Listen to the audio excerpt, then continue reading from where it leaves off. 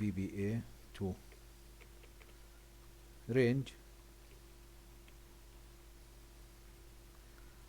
82 dot value يساوي range B1 and range and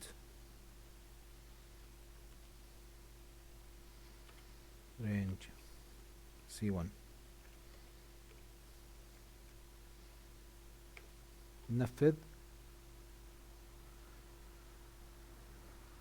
اوكي، يعني في عنا طريقتين لكتابة الكود، فبالتالي بنقدر احنا هيك اليوم يعني نحكي انه تعرفنا كيفية كتابة امر مهم بالاكسل عن طريق الفي بي اي، كيف يتنفذ بشكل آلي، وهذا كل شيء اليوم.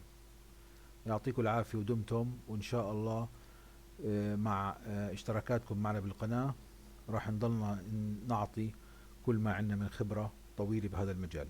يعطيكم العافية.